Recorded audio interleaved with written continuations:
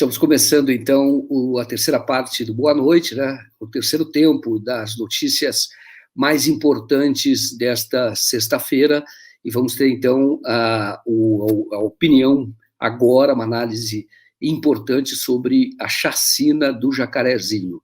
Então, tem aqui o André Constantini e o Hélio Luz, eu vou trazer os dois agora aqui para a nossa conversa, o nosso bate-papo desta sexta-feira.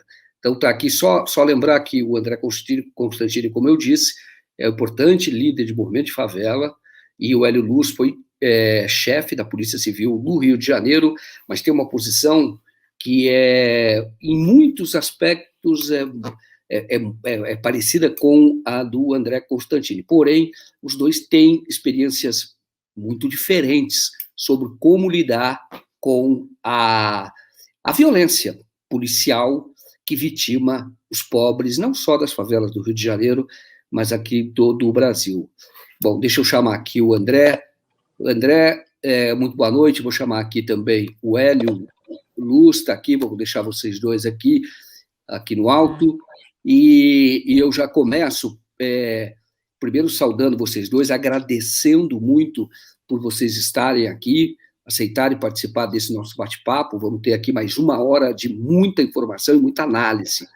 E eu começo, então, vou passar para o primeiro, por ordem alfabética, vou passar para o André Constantini, depois para o Hélio Luz, para que ele faça a saudação, e o André diga para nós, por favor, o que evoluiu, o que mudou desde a chacina, como é que as comunidades estão reagindo, qual é a posição das pessoas, como é que ele vê a evolução destes fatos, né, com a divulgação, inclusive, dos nomes, um perfilzinho dessas pessoas. Nós já sabemos que já houve erro, né?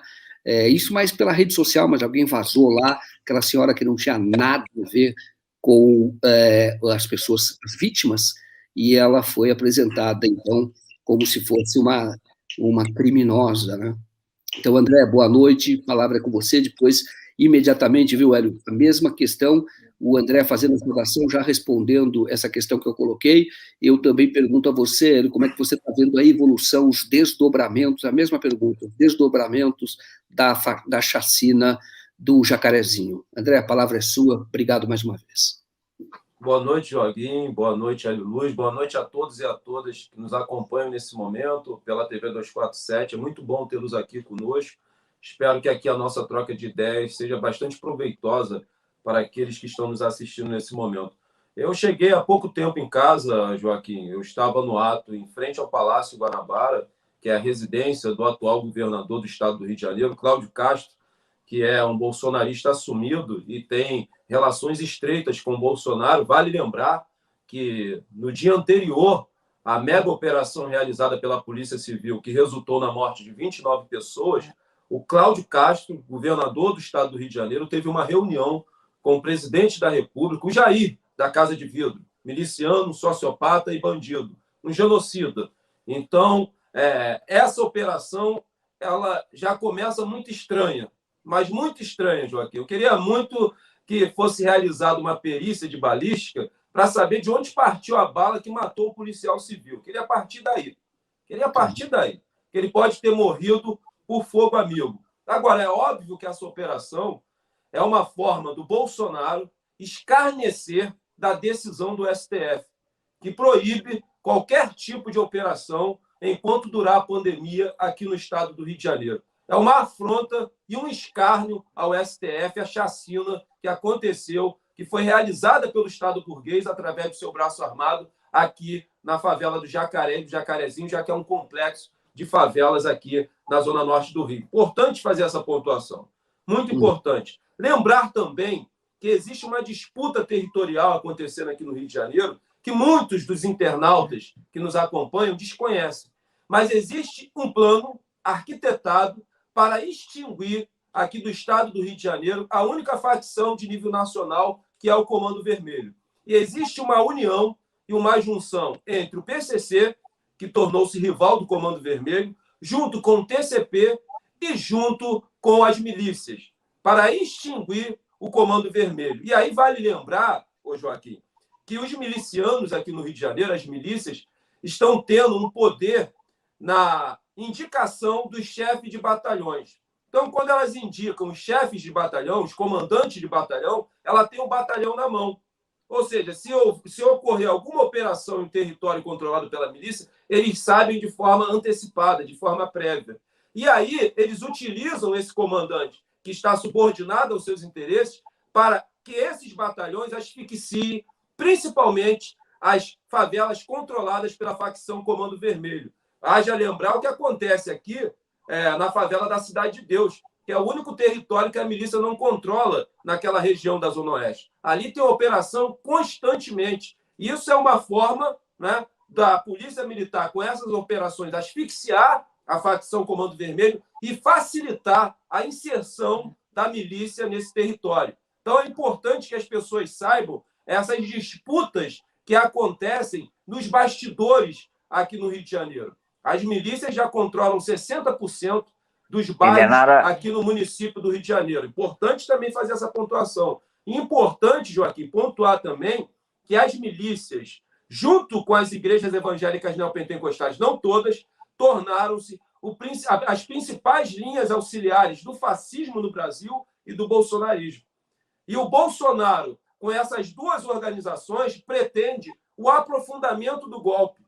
E nesse aprofundamento do golpe, ele quer copiar o golpe que ocorreu no nosso país vizinho aqui ao lado, que é a Bolívia. Lá o golpe foi com fuzil e com a Bíblia, com a participação das igrejas evangélicas neopentecostais e das polícias. Então, nós temos que ficar atentos a isso. Temos que ficar atentos a esse tabuleiro de xadrez que está acontecendo na política brasileira nesse momento.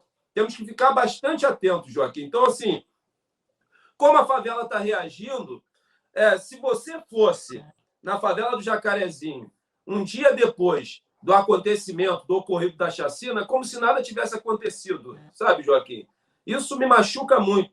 A naturalização e a banalização de mais uma chacina pelos próprios moradores que continuam vivendo a sua vida com total normalidade, como se não tivesse ocorrido aquela chacina, né? Então, assim, em relação às investigações, nós não temos nenhuma perspectiva e nenhuma esperança.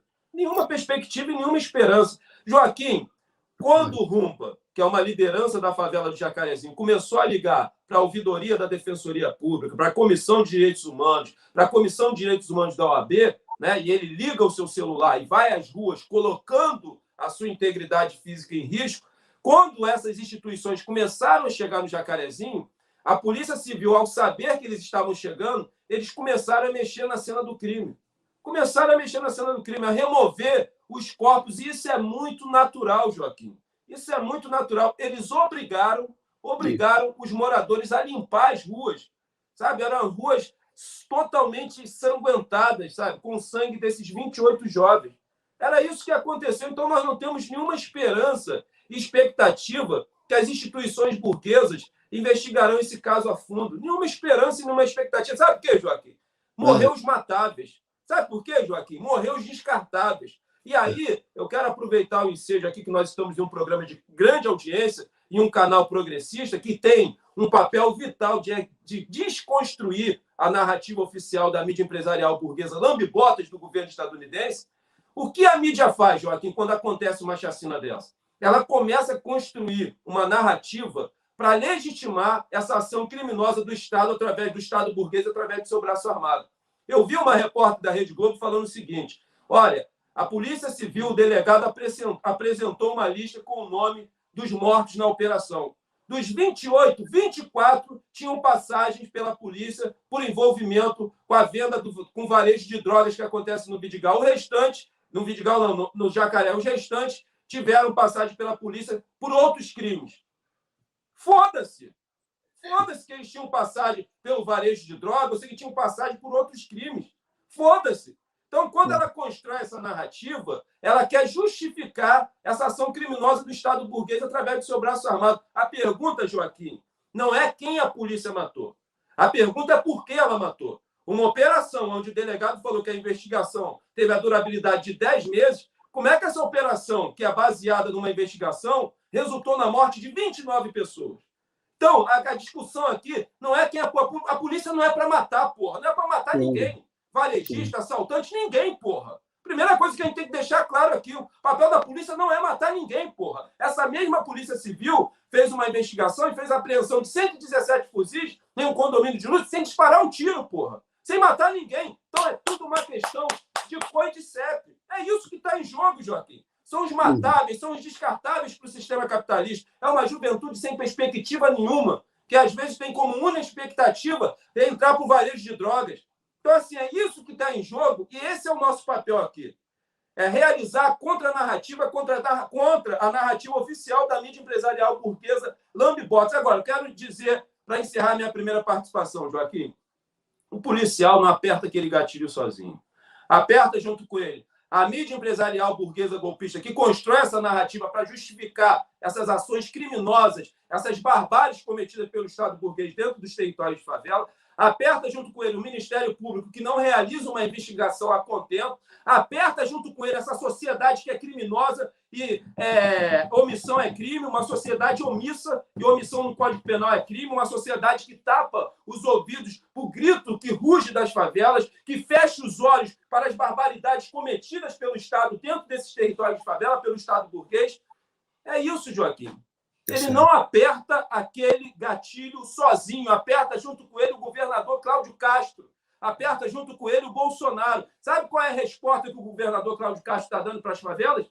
Ele está idealizando e vai apresentar na semana que vem um projeto parecido com o das UPPs, mais militarização, transformar esses territórios em um Estado policial. Ô, Cláudio Castro, vou perguntar uma coisa para você. A polícia vai resolver o problema do saneamento básico? A polícia vai resolver o problema da falta de água? A polícia vai resolver os problemas da fome sociais que nós estamos vivendo, porra? Favela não precisa de polícia, não, porra. Polícia não resolve porra nenhuma. É essa polícia que você manda para lá que traz as armas, as drogas, os fuzis. A gente sabe tudo disso, pô. Faz apreensão na favela do ADA, ao invés de levar as drogas apreendidas e os fuzis para o depósito, eles revendem para o Comando Vermelho. Pô, aqui a gente está vivendo um processo de mexicanização, Joaquim, tão grande que a polícia tem uma lista. Quem disse isso foi o Jornal Dia. Aonde, quando ela pega e faz a apreensão de um varejista de drogas, e a tabela, né, uma tabela de preço, vai de acordo com a ocupação que o varejista ocupa na facção. Aí você pega um gerente do Alemão. O que a polícia faz? Ao invés de ela levar, conduzir para a delegacia, fazer todo o trâmite legal, não. Ela liga para o terceiro comando público e fala assim, estou com o gerente do Alemão. Eu quero 100 mil reais pela cabeça dele. Aí a galera do TCP fala, o chefe lá, pô, estamos de olho nele, estamos na seca, vamos pagar. Aí você acha que ele vai vender assim? Não, ele liga para o Comando Vermelho e fala, já liguei para o TCP, estou com o gerente aqui, quero 200. Vocês cobram, ele está pagando 100, quero 200. A gente paga. É isso que acontece. Tudo vira mercadoria no capitalismo. Até a vida desses varejistas de droga na mão da polícia. Então, a gente vive um processo, Joaquim, para passar para você, de mexicanização, aonde o Estado não controla mais nada, né? E o Estado, ele não quer fazer a disputa desses territórios, porque tornaram-se currais eleitorais, principalmente os controlados pela milícia. Aí o que ele faz? Ao invés de fazer o enfrentamento para retomar esses territórios, não. O que ele faz? Ele negocia. Essa é a realidade aqui no Rio de Janeiro. Então, esse negócio de militarizar mais favelas, ocupar mais favelas com a polícia para vigiar e controlar a classe trabalhadora, o proletariado, o povo pobre, o povo negro que vive aqui, não resolve porra nenhuma. A UPP nunca resolveu porra nenhuma. Pelo contrário, o Hélio Luz sabe disso. O que aconteceu aqui no Rio de Janeiro, Joaquim, para passar? Os varejistas, eles pagavam o arrego direto para o batalhão, milhões de reais. Milhões de reais. Ou você acha que a droga rola solta aqui sem a conivência dos comandantes de batalhão? Milhões. Quando entra o PP, teve uma dissensão dentro da polícia. O varejista ele passou a pagar para o comandante da UPP. Pô, o comandante do batalhão ficou puto. Entendeu? Então, assim, são coisas que eu estou trazendo para vocês que vocês não sabem. Mas isso acontece no interior das favelas. Por isso, valorize a fala que eu estou fazendo aqui, que eu posso morrer por muito menos. Mas é por muito menos. Mas por muito menos eu posso morrer. Porque eu estou mostrando uma engrenagem para vocês de como está o Rio de Janeiro, como funciona essa engrenagem e aonde aquele varejista com fuzil na mão, com o pé descalço, é a peça mais frágil dessa engrenagem. O que a gente precisa, e aí no decorrer da discussão a gente pode aprofundar, é discutir a liberação das drogas, a estatização das drogas e outras coisas que acontecem aqui. Mas eu acho que, para começo, eu queria externar isso aqui. Tá ótimo. Aqui o André Constantini acabou de fazer a sua primeira participação. Quero só fazer um adendo, André. Eu entrevistei no ano passado, eu não vou dar indicação do bairro, porque eu compromisso de não identificar essa pessoa. É um dos líderes de milícia, e ele disse exatamente isso, que havia uma boca de fumo nesta região, que ela continuou operando, continuou funcionando a pedido do batalhão, porque o batalhão disse, olha, não mexe com essa boca de fumo, quer dizer, o resto você pode fazer, mas você não mexe porque isso é de interesse deles, porque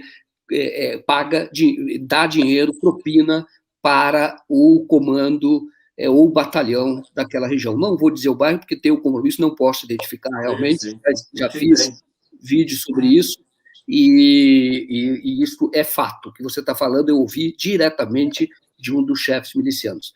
Hélio Luz, vou passar a palavra a você, tá? Para fazer, então, as primeiras considerações. Você já pode falar, se quiser, repetir, complementar aquilo que disse o André, mas fique à vontade.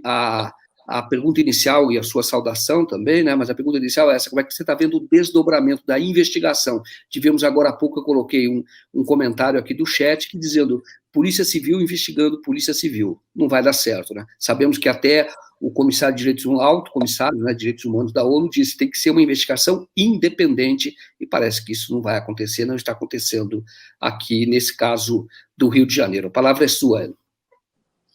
Bom, boa noite a todos que estão assistindo, boa noite, André, boa noite, Joaquim, obrigado aí pelo convite. O que já foi colocado pelo André é isso mesmo, quer dizer, ele colocou a realidade, né? Isso é o que ocorre, não é o sonho que a classe média imagina, que a classe média se abastece, que a classe média cheira, a classe média fuma. Não é aquele sonho deles, né? Então, isso é o que acontece. Essa polícia, que o André bem coloca, ela, quando age dessa forma, ela está garantindo o esgotamento sanitário do bilionário, do milionário, do rico e da classe média branca. Quando ela chega, negocia e tranca o Comando Vermelho com as outras facções, quando ela tem controle disso, ela está fazendo o papel dela, que é como é que faz a manutenção da ordem injusta, sem problema, sem o grosso da população se manifestar, porque 84% está excluído. Como é que esses excluídos não se manifestam, não se rebelam? É dessa forma. Então, quando a polícia entra e mata, ela está fazendo o seu papel. Desculpe, mas eu entendo isso. O papel dela é manter sob controle a senzala do século XXI. Ou seja, a escravidão não acabou. A escravidão continua. Só que ela foi modernizada. A escravidão agora é bem sofisticada, é digital, né?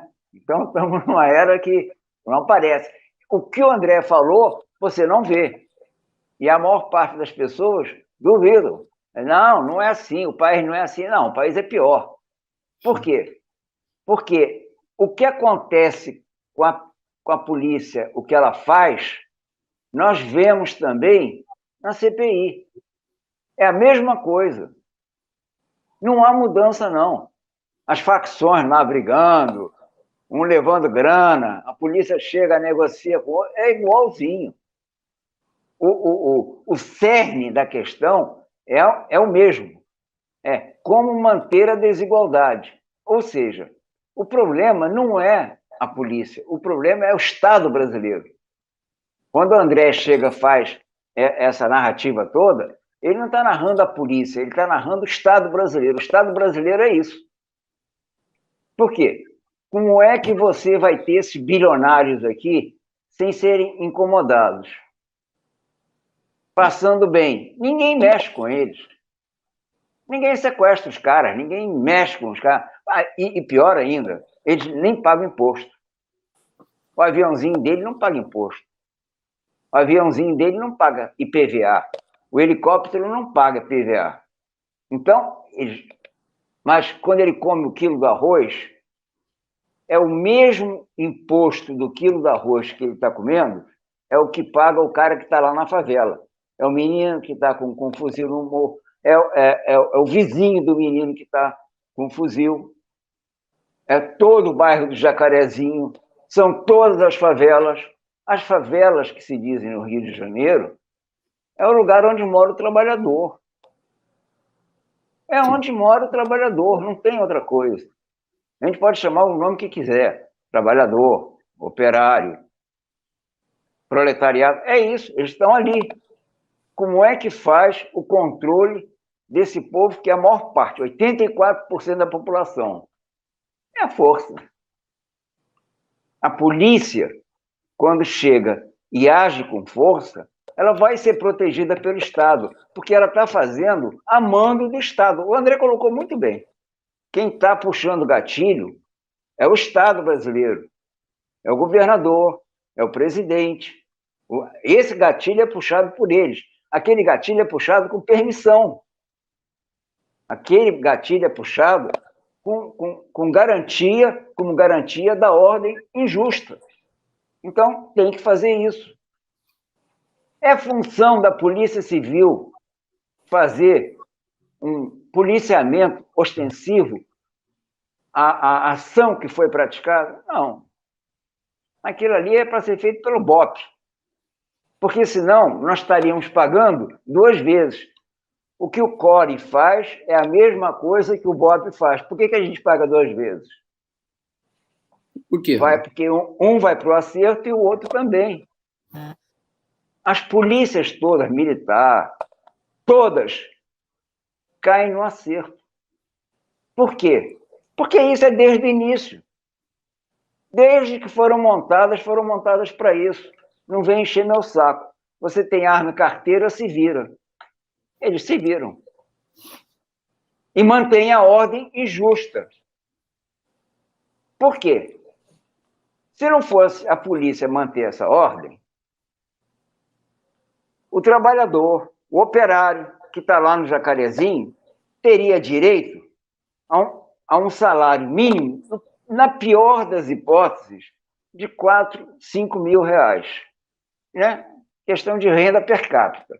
Divide por 13, vai lá, bater, pum! O cara ia ganhar 4 mil reais no mínimo, na pior das hipóteses. O cara com 4 mil reais não vai estar naquele cenário. Não vai viver naquele cenário. Ele vai melhorar a vida dele. Não vai ter nada que o pessoal fica nervoso, muito atento. A cidade da polícia, você atravessa e entra no Jacarezinho. Como é que é isso?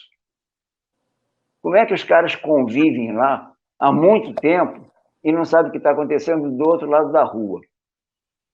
Isso não existe. Isso não existe. Então, isso já é preparado.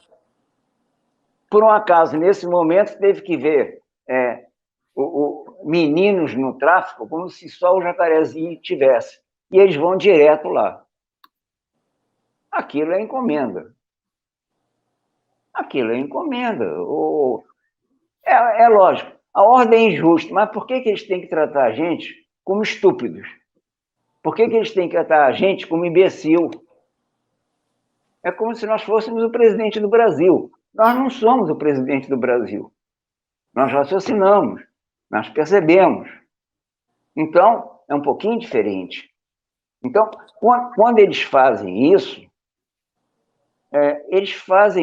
com consentimento. O André fala assim, com consentimento do comando.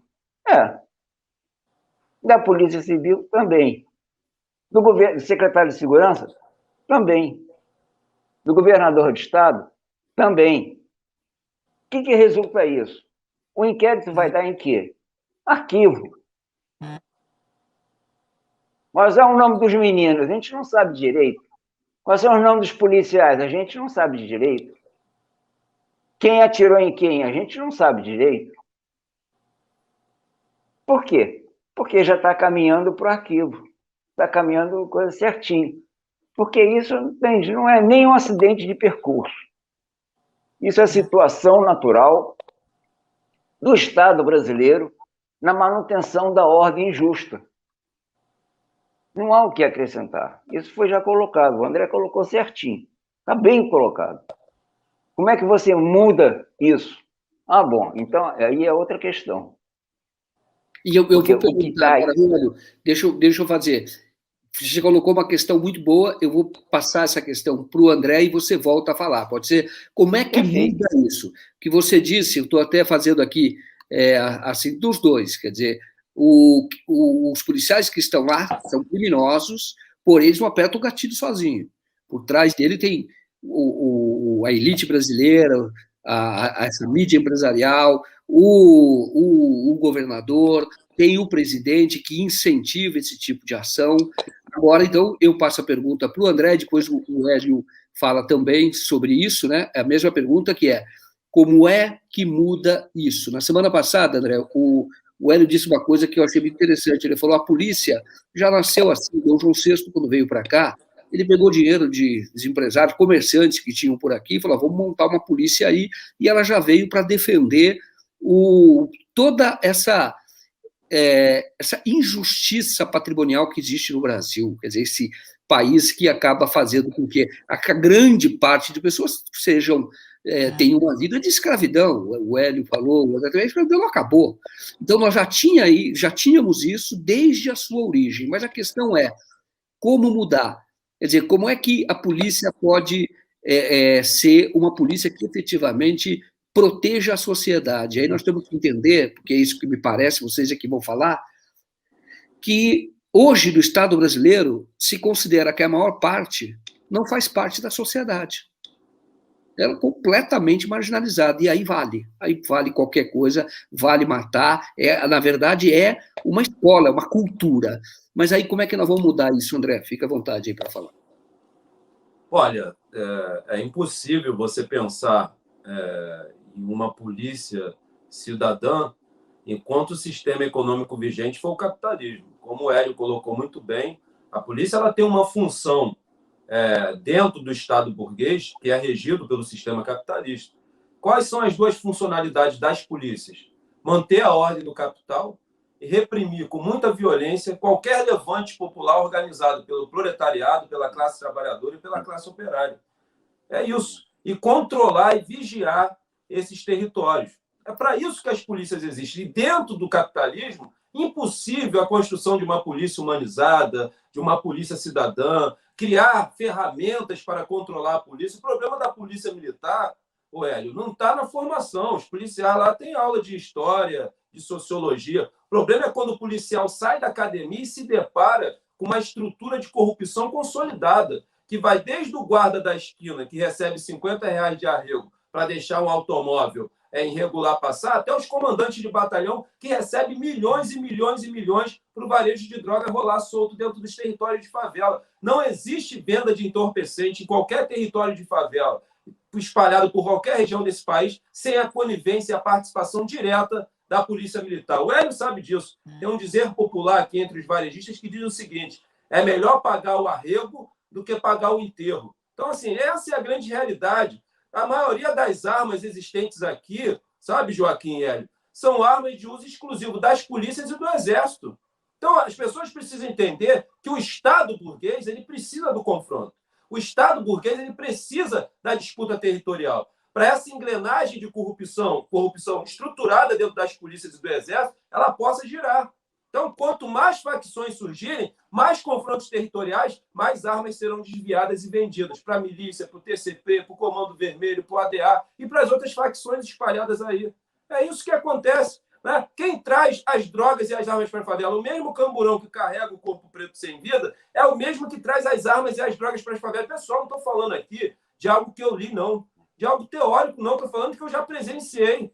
Hoje, o Hélio sabe disso. Para uma facção se sobrepor sobre a outra no Rio de Janeiro, é quem paga mais para a polícia. Pô, o TCP cansa de invadir favela aqui dentro do caveirão do Bob, pô. Todo mundo sabe disso.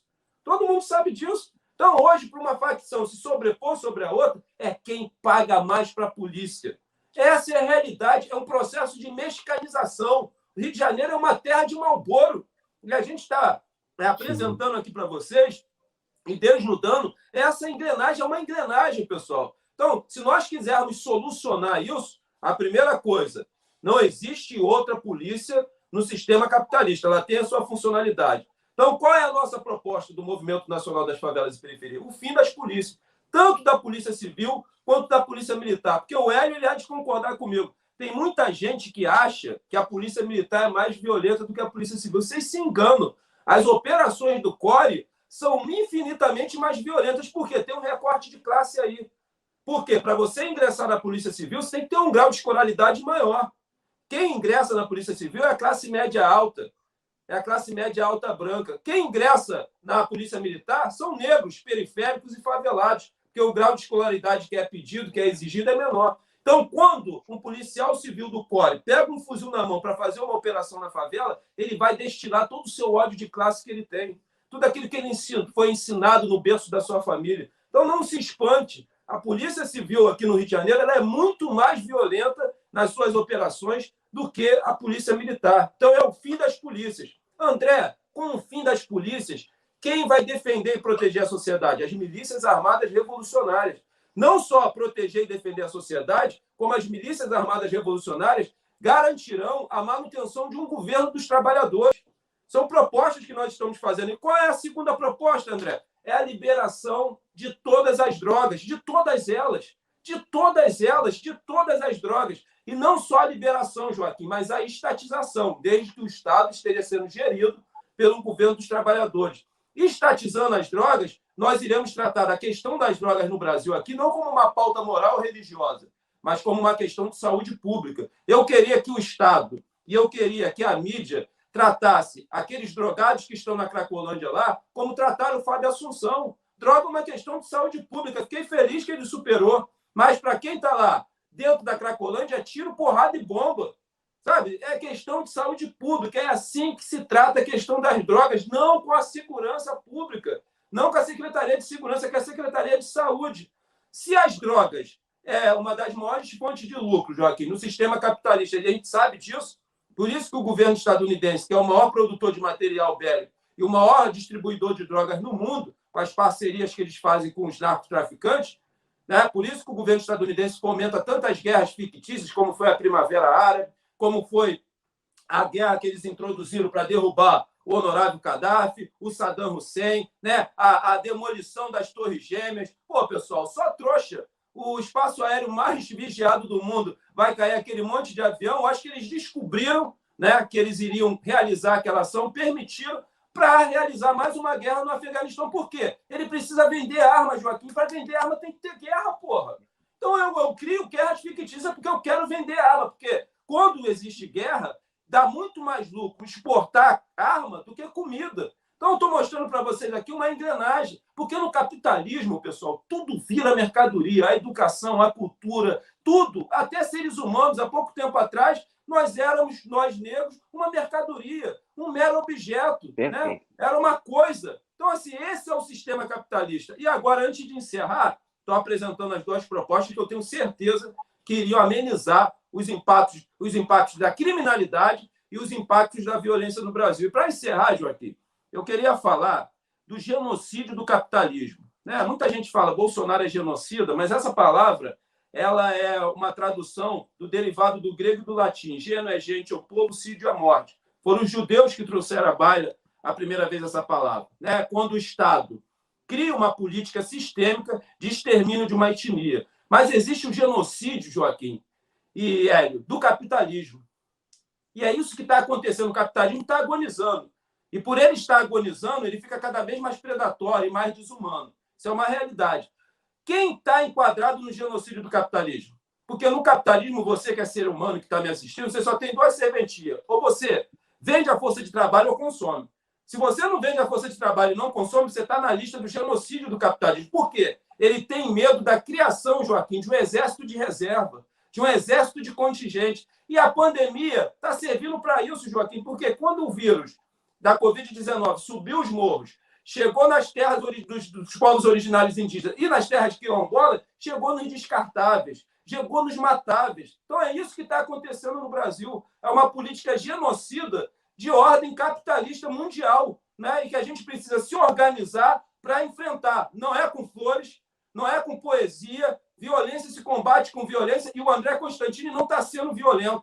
Eu estava em paz dentro do meu barraco quando um dia a polícia militar invadiu ela, num dia de domingo, eu com toda a minha família, e para nos humilhar, colocou o fuzil dentro da panela da galinhada que a gente estava fazendo. É essa polícia que eu estou dizendo para vocês aqui. E não é uma violência do policial, é uma violência do Estado. Toda vez que a gente for discutir a polícia, a gente tem que discutir o Estado, porque a polícia é o braço armado desse Estado burguês, que nós temos a responsabilidade de destruir o Estado burguês e destruir o sistema capitalista, Joaquim. Essa é a hora de organizar o proletariado, a classe trabalhadora, para a destruição do capitalismo que encontra-se agonizando a nível mundial. Então, essas são as minhas propostas que eu tenho. Ótimo. Aqui agora eu vou passar para o Hélio Luz. Lembrar que na semana passada o Hélio Luz chegou a abordar isso e falou, olha, a guerra às drogas não funcionou. A polícia perdeu. Quer dizer, quem está fazendo a guerra às drogas tem que entender que perdeu. Então, se você quer enfrentar a questão, por exemplo, você abordou esse assunto, a questão das drogas, você tem que mudar a forma de enfrentar, porque essa guerra às drogas, ela não funciona, ela passa, muitas vezes parece um meio de dominação ou de um projeto de dominação de um Estado sobre o outro, enfim, ou do próprio Estado brasileiro sobre parcelas da nossa sociedade. Enfim, não funcionou. Mas, Hélio, a palavra é sua para saber como é que, então, nós podemos mudar para ter, então, uma polícia que não seja esse braço armado da elite, né, que controla o Estado. Essa que é a verdade. O que é possível conviver? O André foi na raiz do problema. Qual é a raiz? Diz, olha, você tem que destruir o Estado burguês, porque a polícia tem esse papel. O Hélio também concorda. Porém, aí eu vou colocar para o Hélio, que já foi chefe da Polícia Civil, a possibilidade de, vamos dizer assim, ganhos imediatos, isto é, ganhos que eu quero dizer é o seguinte, que parem de matar brasileiros, parem de matar pretos, pobres, que tenha uma outra forma de agir. Existe essa possibilidade? Mas aí eu deixo para suas considerações. É claro que a raiz, o André foi na raiz, esse é o problema. Agora eu queria ver se existe alguma forma de você reformar e de você poder conviver, porque existe, para haver uma transformação do Estado, uma revolução, você tem que ter uma correlação de forças muito favorável. E aí você tem, o André mesmo começou aqui a exposição dele falando, olha, é lamentável que eu estou vendo no Jacarezinho, a população normalizou de alguma maneira, muitos normalizaram, e continuam achando que isso faz parte da própria rotina de uma comunidade. Isso é um horror, né? Eu fico imaginando se isso acontecesse em qualquer outra região, que não fosse favela ou as comunidades mais pobres aqui do nosso país. A palavra é sua, Hélio. Esse Estado nasce do genocídio. Né? Houve o transporte de... Não sou eu que digo, não, são os historiadores. Houve o transporte de um continente para outro. Eles transportaram a África para o Brasil. E esse é o início do genocídio. Né?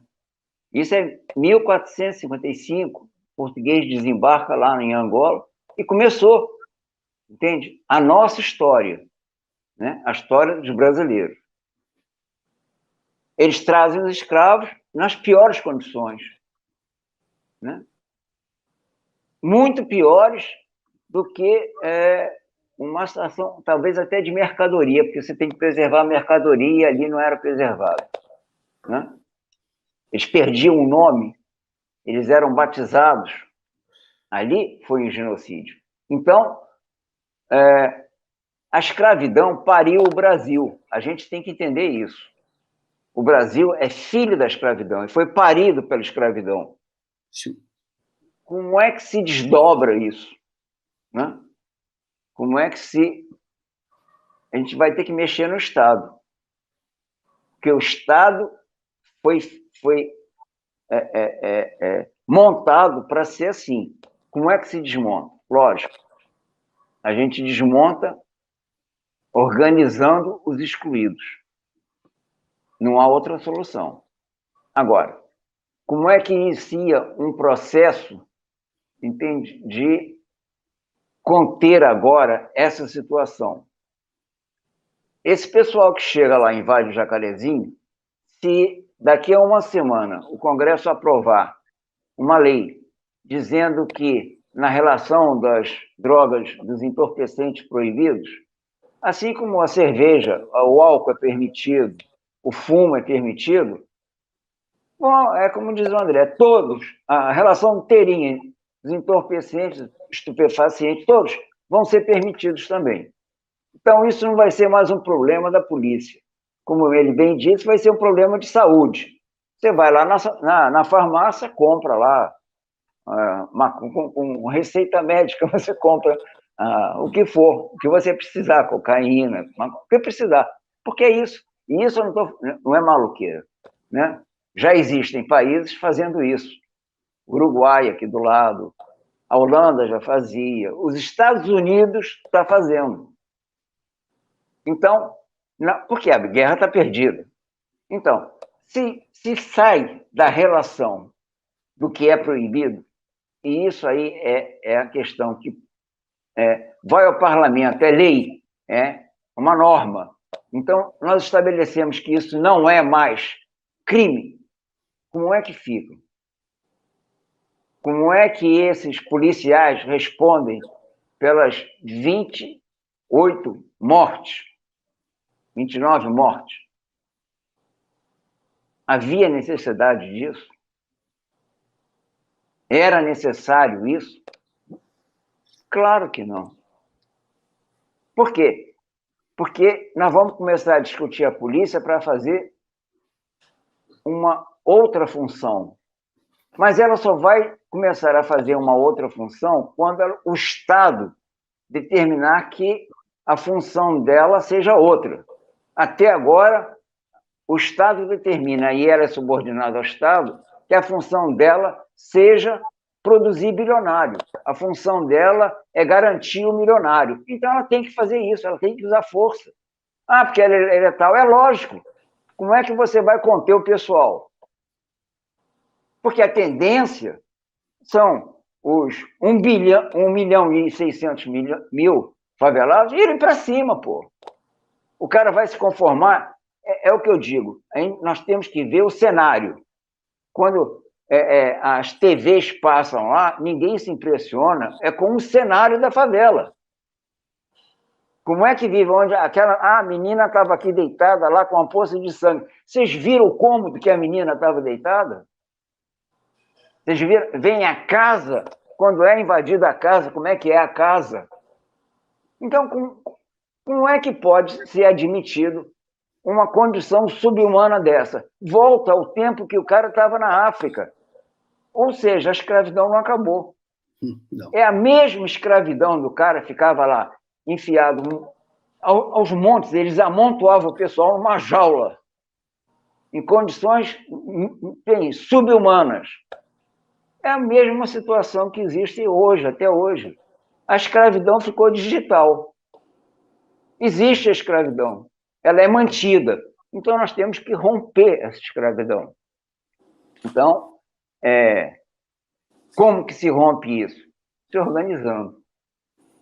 Não há outra forma que não seja organizar. E a gente bota o nome que quiser. Trabalhador, operário, proletariado, o nome que quiser. Mas é organizando.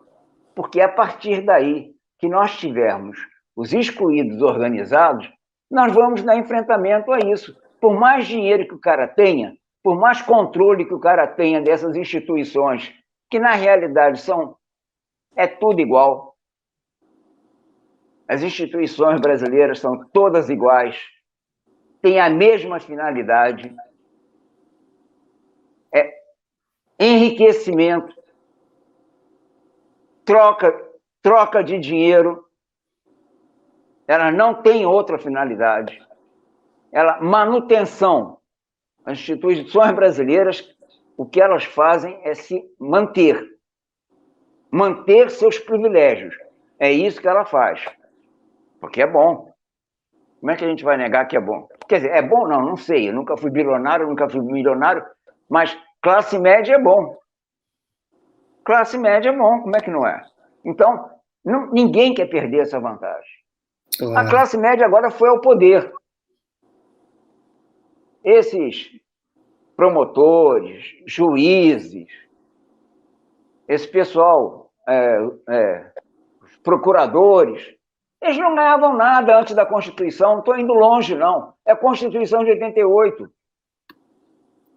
Eu era delegado e ganhava mais do que eles. Não à toa. O Estado, quando pagava o delegado mais do que o promotor, é porque era isso mesmo. O promotor tinha uma função secundária. A classe média chega, vai ao poder, toma o poder judiciário. O que ela faz? Avança no Tesouro Nacional. Esse pessoal todo, que é classe média branca, ganhava o que seria hoje 7, 8 mil reais, como promotor, como juiz. E eu não estou fazendo citações, não. Eu era funcionário do Banco do Brasil, trabalhava ali na 13 de Maio, e onde aquele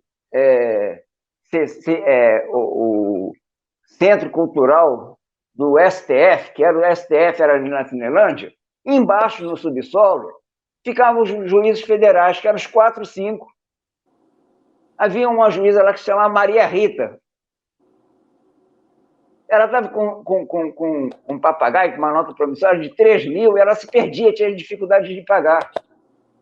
Eu era do Banco do Brasil, trabalhava lá no gabinete gerente,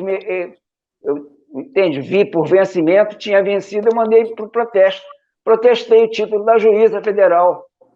Aí me chamou e disse assim, porra, você protestou o título da juíza federal, eu tive que ir lá. Aí eu fui lá conhecer a juíza federal. Pô, eu já ganhava, nessa época, em dinheiros hoje, seria assim, eu ganhava 12 mil, ela ganhava 3 mil reais, não pagava 3 mil reais. Então, esses caras não ganhavam nada, eles tinham que advogar, eles não tinham, eles ficavam, o Ministério Público ficava na parte penal para poder ser liberado na advocacia civil, e eles viviam disso. A Constituição de 88, a Constituição Cidadã, trouxe esses caras, elevou. Os caras foram para hoje para um patamar de 40 mil, no mínimo, porque eles vão além. Para quê? Assaltaram o cofre público para quê? Em bem da população? Fizeram alguma coisa? E pior de tudo, é tudo por concurso. Perfeito. Concurso público. Quem faz o concurso? Quem disputa o concurso público nesse país? São todos ou é a classe média só? Quem disputa concurso público é a classe média branca. Sim. É isso. Isso aconteceu comigo, não estou falando em teoria, não. Aconteceu comigo, pô. Então você, chegando, entende, com condição, você vai. Vai lá, passa no concurso público muito bem e pronto. E depois você vai conspirar contra o Estado, como aconteceu em Curitiba, ou não foi isso? Fica com tanto dinheiro, não sabe o que faz, é isso que dá essa atrapalhada que nós vimos aqui, entende? De Moro e os outros palhaços lá que chegaram e foram fazer. É conspiração. Isso aí, num país sério, eles responderiam por crime de conspiração, igual a Aragaças. Eu sou velho. É isso. Tentaram contra a União. Aquilo ali é conspiração pura. Como é que esse bando de idiotas, entende? Mirins, vão chegar, entende? Vão interferir numa eleição previdencial. Que é isso. Esse que é o problema. Esse pessoal que está no poder, eles não conseguem conceber o que seja uma democracia. Democracia é a participação de todos. Então, não pode existir, enquanto existir favela ou quebrada, ou o que se chama, que para mim, entende, senzala do século XXI, não vão ter paz. Perfeito. Não achar que vai chegar, vai ficar com a maior parte do bolo, vai se espalhar naquele negócio, com o negócio de, como é que é? Varanda gourmet, ganhando 40 mil no raio de um lugar, entende que o cara tá para receber 600 mil, gera uma confusão danada nesse país, quando ele deveria estar por renda per capita ganhando 4 mil, como é que não está acumulando também? Não é só o andar de cima, não. Não é só a cobertura que ganha 100 mil, não. O que ganha 40 mil também está participando disso, pô. O Hélio. Como é que... Deixa eu te falar. Você está falando, eu fiz até um documentário, mostrei, o Deltan Dallagnol comprou um apartamento de 1 por andar, em Curitiba, pagou 2 milhões, dizem que vale, dizem não, eu entrevistei o corretor, vale 3, mas enfim, mesmo 2, ele foi lá e pagou à vista em 2 parcelas, porque além do salário, ele ainda acaba tendo uma projeção por essa mídia e acaba ganhando dinheiro de outras formas. Isso para falar sem nenhum expediente desonesto, que pode haver também, né? Então, só dizendo... Mas se fosse o Lula, não podia. Não, se fosse quando o Lula chega, aí eles enfiam o Lula numa investigação, porque o Lula recebeu não sei quanto, de uma... Lá sei de quem que chegou, e ele recebeu. Mas o Fernando Henrique também recebe e ninguém fala nada. O Deltan Dallagnol também recebe e ninguém fala nada. Por quê? É tudo igual. Qual é a diferença? O Hélio, desculpa, eu vou passar a palavra para o André, mas eu estou lembrando de uma colocação que você fez aqui na semana passada, muito interessante. Os procuradores foram para cima de um projeto político, mas você falou aqui e fez a mesma coisa que faz as polícias. Qual é o papel da polícia? A polícia, a letalidade é alta da polícia e vai continuar, porque o papel dela é dizer para o favelado, daqui você não passa. Você não vem aqui para fora. E é garantir a classe média branca. E você diz isso. E o que não é só isso, não. Não é só garantir o bilionário e o milionário, não. Está garantindo agora e tem que usar mais força porque cresceram. A população favelada cresceu. Então, quando você está acumulando, já até com a classe média, está faltando. Não, você acumulou por um lado, tirou de outro. Quem está pagando a conta? Quem está pagando a conta é o jacarezinho. Claro. Quem está pagando a conta é o complexo do alemão. Total. Não, e o que você falou é o seguinte, parece que o que foi feito com o Lula é a mesma coisa, do tipo seguinte, pobre não pode ir para a universidade, não pode ir para o aeroporto, e o seguinte, quem é que está colocando esses caras? É esse projeto político, quem é que nós temos que derrubar? Derrubou a Dilma, prendeu o Lula e falou, vocês não voltam mais, daqui vocês não vão passar. Porque parece que foi a mesma coisa que você falou na semana passada. Deixa eu... E aí eles não chamam de golpe, né? Claro. Total, é golpe total. Agora, eu vou só ler aqui alguns comentários, eu vou passar depois ao André, vocês podem até comentar em cima, analisar os comentários, comentar em cima da participação da nossa audiência, mas eu vou perguntar isso para o André, se na vida dele, o André acho que cresceu na Maré, salvo engano, eu não sei Babilônia e Chapéu Mangueira. Chapéu Mangueira. Então, você alguma vez... Eu vou perguntar, mas antes eu vou ler o superchat, mas eu vou deixar a pergunta no ar. Aquilo que disse o André, alguma vez você sentiu, na prática, que o teu lugar era lá, isto é, daqui você não passa? De alguma maneira, essa mensagem pelo Estado, de, olha, você tem algumas alternativas, se quiser você vai lá na igreja evangélica, se você quiser você vai ser vaporzinho, vai traficar drogas, etc., mas não encha muito saco, entendeu? Saiba com quem você está se metendo ali, mas você pode, alguns anos, você vai ganhar algum dinheiro, mas daqui você não vai passar. De alguma maneira, essa mensagem implícita que é aquilo que o Hélio colocou, mas eu vou ler antes os comentários, vou devolver a palavra para vocês, tá bom? Deixa eu colocar aqui, surgiu mais aqui um comentário, então deixa eu ler aqui todos eles, fazer essa primeira leitura. Deixa eu colocar, olha... Tem aqui, olha, o Ney Gomes, dizendo, André Constantini, parabéns pela coragem, não podemos passar aqui em vão, temos que fazer algo, e você está deixando, eu não entendi só o final, parabéns pela coragem, não podemos passar aqui em vão, temos que fazer algo, e você está deixando joia, ele faz um sinal de positivo. Da ETV por Leila Queiroz, no que deu a apreensão dos 117 fuzis, de que condomínio? De Bolsonaro? podem relatar o que aconteceu depois. Teve a ver com o assassinato de Marielle? Os 117 foram apreendidos lá com o assassino, o executor da morte da Marielle. Não tem ainda os mandantes, mas foram encontrados lá as peças dos 117 fuzis. Américo Machado, o controle social do crime utilizado de forma deformada para garantir o controle social da pobreza. Polícia é a guarda pretoriana da burguesia. Da EPTV, por Leila Queiroz. É isso mesmo. Nossa, estou aqui para me lembrar que é tudo verdade, de tanta lucidez que estou escutando. Grande debate. Joaquim, Hélio e André. As mulheres nisso, como é? Marcos Rouba, siga o 247, a Eliane Paulino, que conosco, boa noite, Eliane Paulino, isso mesmo. Boa noite, Joaquim, convidados. Alguém hoje no Boa Noite disse que o policial morto foi aquele que encontrou os fuzis no mesmo condomínio onde mora o Bolsonaro. Não, são outros fuzis, uma apreensão no aeroporto, tá? Ele realmente apreendeu fuzis, era um contrabando de fuzis, mas foi apreensão no Galeão. Marquiser Zumbi, canal Resistentes e a Favela não se calam.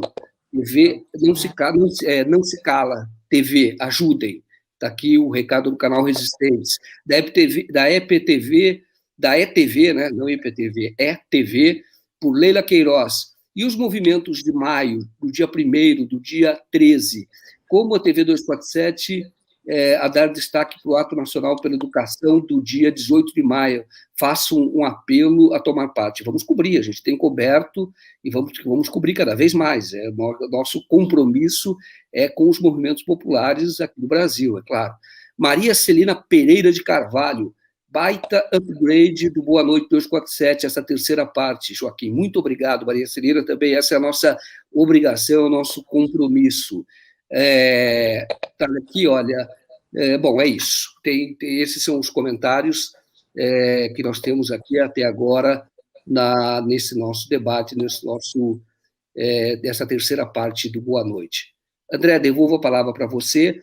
Li aqui os comentários, mas fazendo essa pergunta, alguma vez você se sentiu, disse, vai ser barra, eu tenho algumas alternativas, mas eu não posso passar dessa cerca. E não tinha arame farpado, como disse Hélio Luz, quando falou do apartheid lá do África do Sul. Isso lá atrás, que ele falou do notícia de uma guerra particular.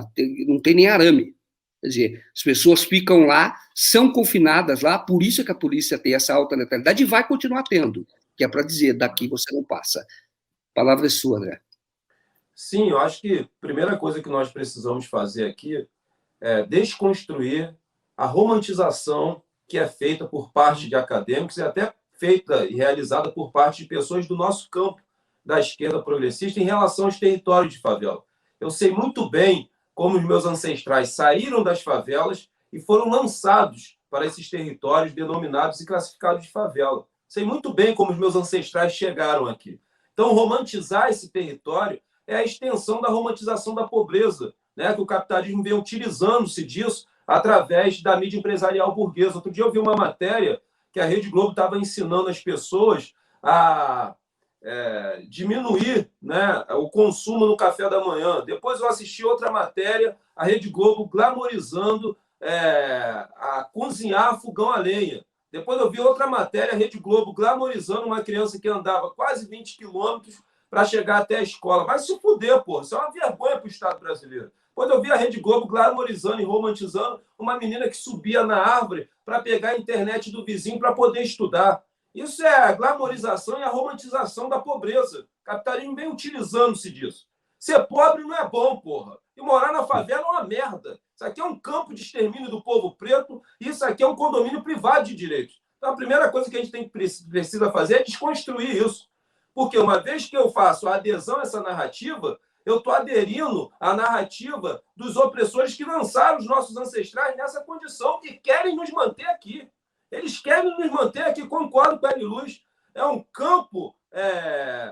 campo de extermínio cercado sem cerca. Não precisa colocar arame farpado, a gente está preso aqui dentro por correntes invisíveis do capitalismo que nos aprisionam na pobreza. Essa que é a grande realidade. Nós fomos livres das correntes físicas que nos aprisionavam na senzala, mas continuamos presos com correntes invisíveis sociais que aprisionam o povo negro, o proletariado, a classe trabalhadora e a classe operária dentro desses territórios de favela. Então, a primeira coisa é acabar com essa romantização. Morar na favela não é bom, pessoal. Eu só quero é ser feliz, andar tranquilamente na favela. Não, porra nenhuma. Eu quero sair daqui, porra. Como é que a minha filha, ô Hélio, vai se desenvolver intelectualmente depois de uma noite de tiroteio? Como é que uma criança vai se desenvolver intelectualmente? Não tem possibilidade, pô. Não tem possibilidade. Então, assim, a favela é um reflexo desse sistema econômico vigente. A favela é um reflexo de um país escravocrata que não pagou a sua dívida para com o povo negro. Perfeito. O Brasil tem 2 problemas mal resolvidos, velho. O problema com a escravidão e com a ditadura militar. É por isso que nós estamos lançando um museu para contar a história desse tempo sombrio que aconteceu no Brasil, que foi a ditadura militar, principalmente para a juventude parar de romantizar isso. Porque tem muito jovem que romantiza a ditadura militar. Na ditadura militar tinha lei, tinha ordem, sabe? Não tinha roubalheira. Não tinha porque tinha censura, pô. Então, nesse museu, a gente vai botar ali a cadeira de dragão. O jovem tem que saber o que era uma cadeira de dragão, porra. Quando colocava nossas companheiras nuas, molhava o seu corpo, dava choque no ânus e na vagina, sabe? O Brasil errou, né? O Estado brasileiro a conceder anistia aos algozes da ditadura militar e os torturadores. Então, junto com a campanha do museu, nós estamos com uma campanha para punir os algozes e os torturadores da ditadura. Ah, André, tem poucos, envelheceram. Os canalhas também envelhecem, tem que ir para o banco do gel, como aconteceu no Chile e na Argentina. Com a escravidão é a mesma coisa. A gente precisa reparar o povo negro, Joaquim. Sabe, o Estado brasileiro tem uma dívida enorme, porque o desenvolvimento econômico desse país, as riquezas que foram produzidas aqui, ó, foi através da porra do nosso sangue, porra. E olha a situação do negro hoje, né? Foi comemorado outro dia, que não é para comemorar porra nenhuma, 13 de maio de 1888, o dia da libertação dos escravos. Porra nenhuma, pô. Lançaram o negro à sua própria sorte. Não fomos indenizados de forma pecuniária, os senhores de escravo foram, não recebemos terra, não recebemos casa. E hoje, qual é o cenário que se apresenta? Você olha para quem vive em situação de rua, a maioria é preto. Você olha para o sistema carcerário, hegemonicamente composto por preto. Você olha para as favelas, é composto por preto, favela é preta. Você olha para a miséria, você olha para a pobreza, é preta. Você olha para aqueles que recebem os menores salários, são os pretos. Você olha para a morte no Brasil, a morte no Brasil tem cor, porra, é a cor preta, porra. E a gente não aguenta mais. Então, quando a gente vem aqui de saco cheio e defende as milícias armadas revolucionárias, é um recado de quem não suporta mais. Nesse momento, nós estamos morrendo de tiro, de Covid, né, por Covid e de fome, porra. E quando a gente, Hélio, consegue realizar o isolamento social, vem o caveirão aéreo da Polícia Militar e acerta a gente dentro de casa. Nessas operações, sem nenhum tipo de planejamento, sem nenhum tipo de preocupação com os seres humanos que vivem nesses campos de extermínio do povo negro, que é o território de favela. Então, o André Constantini não é violento. Eu estou reagindo a uma violência que é sistêmica, estrutural e histórica contra o nosso povo e contra os territórios de favela, que nós não suportamos mais, porra. Nós não aguentamos mais. Eu quero dizer para a classe média branca, que faz parte da esquerda, que eu não tenho o tempo de vocês. Eu não tenho o mesmo tempo de vocês. Sabe, muitos de vocês são covardes, porque também, assim como o Hélio colocou, estão preocupados com seus poucos privilégios que vocês também perderão. Dizia o saudoso Lênin, quem tem medo do socialismo? Não avançaremos enquanto tivermos medo do socialismo. Você acha que só tem medo do socialismo? A direita, a classe dominante, a burguesia nacional, muita gente do nosso lado tem medo do socialismo e não quer realizar essa luta. Não quer realizar essa luta e chamam o André Constantini de forma errônea, até leviana, de radical. Eu não sou radical. Não confundo a reação do oprimido com a violência sistêmica e estrutural do opressor. Eu tô cansado, porra. Por quê? Se o porquê, porque a nossa vida, Hélio, é pela vida. Porque até hoje, meus 44 anos, eu sobrevivi. Nós estamos cansados de sobreviver. O povo negro, a classe trabalhadora, o proletariado, o favelado, o periférico, ele quer viver uma vida plena em uma democracia que não me deu o direito somente de 4 em 4 anos e votar, porra. Eu quero acesso à educação, eu quero ascensão social. É isso que nós queremos. E, acima de tudo, uma democracia que me permita me manter vivo, porque a nossa luta é pela vida, pô. A cada 23 minutos, um jovem negro morre assassinado no Brasil. De 100 pessoas mortas pela polícia, 77 são negras, porra. É o Estado matando as nossas crianças porque está brincando em frente de casa. E tudo está normal, as pessoas seguem a sua vida porque são os matáveis, são os descartáveis, são aqueles que sempre morreram. Então, eu quero mandar um recado, Hélio, para a burguesia nacional e para a classe dominante. Primeiro, se nós conseguirmos construir uma revolução socialista no Brasil, corre para longe. Nós não cometeremos o mesmo erro da Revolução Francesa. Não teremos nenhum tipo de aliança com a burguesia nem com a classe. Foge para longe, vai para a Europa, porque vocês rodeiam o Brasil. E quero mandar um recado para a burguesia nacional. Se a burguesia tem o direito, Hélio, de proteger e defender a propriedade privada do meio de produção, e muitas das vezes ela faz essa produção, ela tem essa proteção realizada pelo Estado brasileiro através do seu braço armado, eu vou defender com unhas e dentes a única propriedade que eu tenho no sistema capitalista, que é a minha vida, porra. Eu vou defender ela com unhas e dentes. Hoje a gente estava lá vendo mãe preta chorar. Chorar, porque não matou filho de chocadeira, não. Era filho que tinha mãe, tá? Desses 28, com tiro de fuzil, tendo que... Que é isso? Que democracia é essa? Que Estado de Direito é esse? Democracia de comer? Estado de Direito existe? Pra gente não tem, porra. Pra gente é tiro, porrada, bomba. É porta fechada, a gente está de saco cheio. Então, se o burguês pode defender a propriedade do meio de produção, eu vou defender a única propriedade que eu tenho, que é a minha vida, com muita coragem e com muita ousadia. Muito bom. O André, só retomando aqui, orientando uma leitura que o Hélio comentou, não sei se... Ele falou que ser bilionário é bom, é bom. Tem um livro chamado História da Riqueza do Homem, do Léo Huberman. Então, ele começa falando sobre a riqueza de alguns e depois diz como é que a riqueza foi construída. Isso é ao longo da história. Então, você vai ver o roubo, você vai ver a exploração e você vai ver o roubo ou o uso de vidas de escravos para poder enriquecer uns poucos. E esses que enriquecem, né, é inegável. O cara é dono dos meios de produção e é inegável que a vida dele é incomparavelmente melhor do que 99% de todas as pessoas, isso no mundo todo. Mas só orientando, eu até, se vocês quiserem, leiam esse livro, é bom, é de fácil leitura, é História da Riqueza do Homem, de Léo Huberman. O Hélio, a palavra é com você, e depois nós vamos para o nosso giro final, tá bem? O André chegou, mencionou que foi criado lá no Chapéu Mangueira. E eu me lembrei, André, do Lúcio. Eu não sei se você conheceu o Lúcio. Lúcio Bispo, que eu conheci. Lúcio Bispo, que era presidente da Associação de Moradores. Chapéu Mangueira, sim. Então, você deve se lembrar que, Lúcio era um quadro, era do Partidão Quadro, não, mas porque ele era preto, não podia ser do quadro. Era quadro, branco. Né? Se fosse branco, seria quadro, mas não é. Então, o Lúcio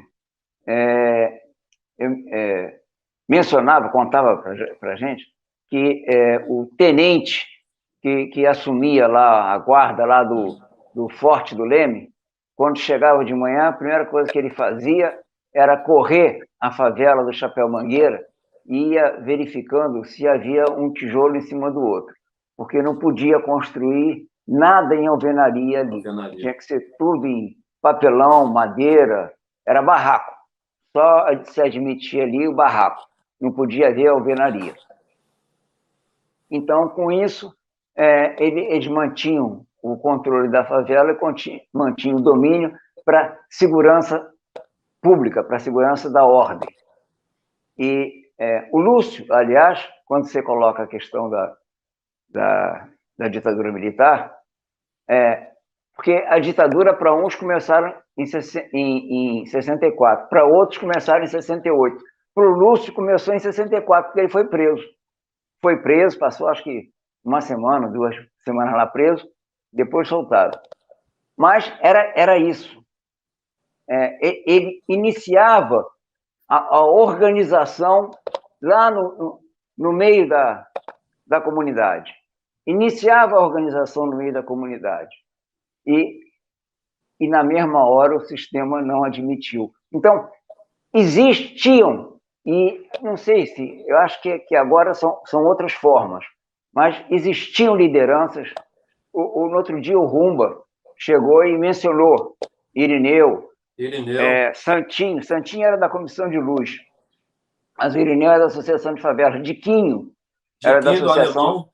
Diquinho era ele era do Itararé, né? Morava no Itararé, depois ele passou para... Foi uma ocupação que foi feita em frente ao Morro do Alemão, Morro da Baiana. Depois ele terminou, ele ficou, já morreu, ele morou no Morro da Baiana. E haviam outros, Cláudio do Guararapes, né? Havia muita gente, né? Altamiro, no Morro da Coroa. E o pessoal começava a se organizar. Do Morro da Coroa saiu um candidato a governador pelo PT. Era o Wilson. Era o Wilson da Nestlé, ele trabalhava na Nestlé. Era o Wilson, me esqueço o sobrenome dele. Era um candidato a governador do estado do Rio de Janeiro pelo PT. Eu não estou colocando aqui questão de partido, porque eu acho que partido nesse país é um problema. As direções partidárias, todas, sem exceção, são problemáticas. E estão na mão de brancos, de classe média branca. Então, é problemático. Por quê? Porque esse país é negro. Esse país foi parido pela escravidão. O Brasil é negro. Enquanto o negro não estiver no poder, o país está injusto, o Estado é injusto. Para a gente saber como é que o Estado vai estar se aproximando de um equilíbrio, é quando o poder estiver entregue ao negro. Sinto muito. Por quê? A riqueza desse país, como você colocou, foi feita em cima do sangue do negro. O Laurentino Gomes coloca que em 1640 a exportação de açúcar rendeu 16 mil toneladas de ouro naquela época, em cima do braço negro no açúcar, na usina. Então, de lá para cá, o acúmulo todo, a riqueza toda que esse país tem, decorre do braço, do trabalho, do esforço do negro. Sinto muito. Então, não é questão de reparação pelas cotas, não. É dívida. Tem que ser paga. Tem que ser paga. Enquanto não for pago, esse negócio não se equilibra. A polícia não se equilibra. Porque a polícia tem que manter o privilégio. A polícia tem que manter, na realidade, desorganizado. Porque a maior parte passa fome. Para uma parcela ínfima, de 1% e mais 15% da classe média, passarem muito bem. Pode fazer isolamento social, pode fazer tudo, tem comida em casa. Não falta comida. Então vem a televisão e começa a mostrar como é que fulano de tal está passando fome, aonde, não sei aonde, mostra uma miséria danada. E daí? Isso é decorrência de quem? Da caridade? Não, não é decorrência da caridade, não. É decorrência da existência dessas próprias emissoras. É decorrência do acúmulo que nós fazemos todo dia. Como é que não é? A gente fica com a maior parte do bolo, fica com a maior parte do Tesouro Nacional em nosso benefício. Como é que sobra para os outros? Como é que vai sobreviver? É só fazer o cálculo. Dos 4 mil que ele devia de receber, recebe quanto? R$200? 250? Ainda dá briga? Como é que é isso? Então, tem que organizar. O Lúcio, entende? Começava a participar dessa organização. Tem que organizar. Não há outra saída. O quilombo tem que se organizar. Não tem saída. Não é um negócio, não vai na razão. Não existe como você convencer na razão, assim como eles sabem que tem que existir polícia, porque no papo não vão se conformar, nós temos que entender que eles também não vão abrir mão, entende? Do privilégio deles no papo. Claro. Então tem que se organizar. Não há outra saída possível. Tem que chegar, nós temos que chegar, entende? Palmares do século XXI. Tem que existir. Tem que existir. O Jacarezinho já foi organizado, teve o início de organização. Irineu estava lá. O Santinho era encarregado da comissão de luz. O Jacarezinho todo, porque a Light não entrava na favela. A Light chegava, descarregava a força a força que ela tinha, trazia, deixava num barraco na beira da favela. E a comissão de luz é que distribuía energia para a favela toda. O Santinho foi presidente da comissão durante muito tempo. E isso funcionava. Então, competência existe. Competência, entende? No meio dos excluídos existe, e muita. Eu estou falando esse aí. Fora outros que tem. Tem competência no meio acadêmico também. Dá show, dá um show. Dá um show. Sueli Carneiro é uma referência. Mostra que o negócio é bem diferente do que possa se imaginar. Então, tem que organizar. O caminho que existe para nós invertermos essa situação é organizando os excluídos. Não há outro, não vejo, quer dizer, eu não percebo outra saída. Correto.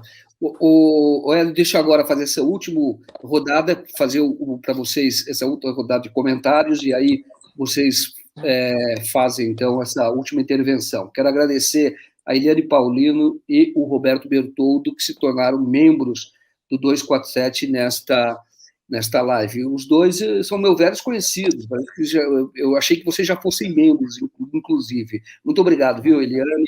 Muito obrigado, Roberto. Você também pode se tornar membro aí através da ferramenta do YouTube, mas também pode se tornar assinante através do Pix. Tem aqui na barra de notícias, você pode ver aqui, você faz uma contribuição, aquela que você julgar que pode fazer, e manda um e-mail aqui tem o endereço aqui na barra de notícias, você vai receber uma resposta e vai ser, então, inscrito como assinante da TV 247. Muito obrigado a todos vocês.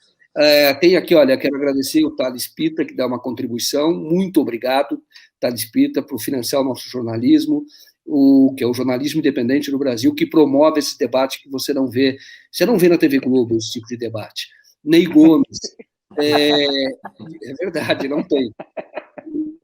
Temos aqui, olha, o Ney Gomes, deixar de dar dinheiro para a universidade, dar dinheiro para um punhado de deputados corruptos, comprar tratores é o quê? Me respondam, por favor. Isabel Cristina Deles Cabral faz parte do mesmo sistema, entendeu? Que acaba matando os pobres, é o mesmo sistema. Isso tem aquela parte que se apropria da riqueza da maior parte da sociedade. Essa que é a questão.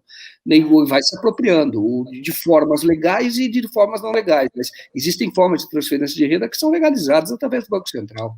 O GCE fala muito bem sobre isso, tá? Muito bem. O Ney Gomes, então, é o que faz esse comentário. A Isabel Cristina Denis Cabral diz: parabéns, doutor Hélio Luz, pelas aulas de sociologia e suas participações no 247. O Birajara S. Mota. André, o que acha de entidades como a CUFA e Suzy Fescher? E ainda queriam embolsar 2,5 bilhões restituídos da Petrobras para criar um partido e embolsar o troco. Está falando da Lava Jato. Esse foi o plano natimorto da República de Curitiba. Eles achavam que fazia parte do sistema, eles estavam prestando um serviço, vamos chamar assim, para essa elite, para não deixar esse projeto popular atravessar a cerca, vamos chamar assim, dar golpe na Dilma, prender o Lula, interditar para a eleição de 2018, então eles acharam, olha, ninguém vai mexer, mas deu errado, e quem fez essa denúncia primeiro, tem que fazer o registro aqui, foi o Luiz Nassif no GGN, foi a mídia independente.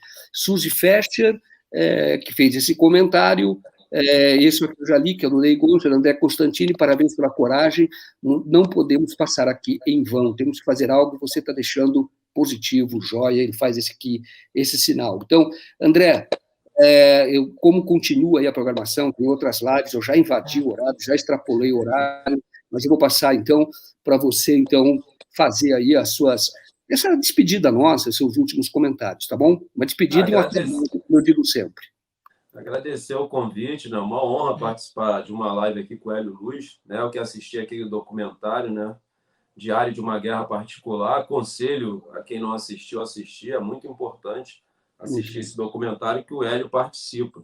Bem, eu quero dizer o seguinte, eu vivo para construir a Revolução Socialista. Para muitos do nosso campo, isso é utopia, isso é um discurso ultrapassado, defasado, mas não. Acho que o socialismo ele não pode ser tratado como utopia, ele é uma necessidade, ainda mais nesses tempos atuais que o capitalismo agoniza. Agora, Hélio, essa revolução socialista não vai se dar pela via pacífica, né? Tem muita gente do nosso campo que acha que a revolução vai ser pelo campo da educação, das flores, da poesia. Eu não acredito nisso. E nem por dentro das instituições burguesas e do Estado burguês e da democracia burguesa, né? Nós temos que construir a correlação de força necessária, organizando os oprimidos, como o Hélio falou, a classe trabalhadora, o proletariado, a classe operária, e, uma vez construída essa correlação de força, nós destruirmos o sistema capitalista. Então, isso não vai se dar de forma pacífica. Para encerrar, imagina, Hélio, né, quando os revolucionários cubanos desembarcaram em Cuba, depois que saíram do México,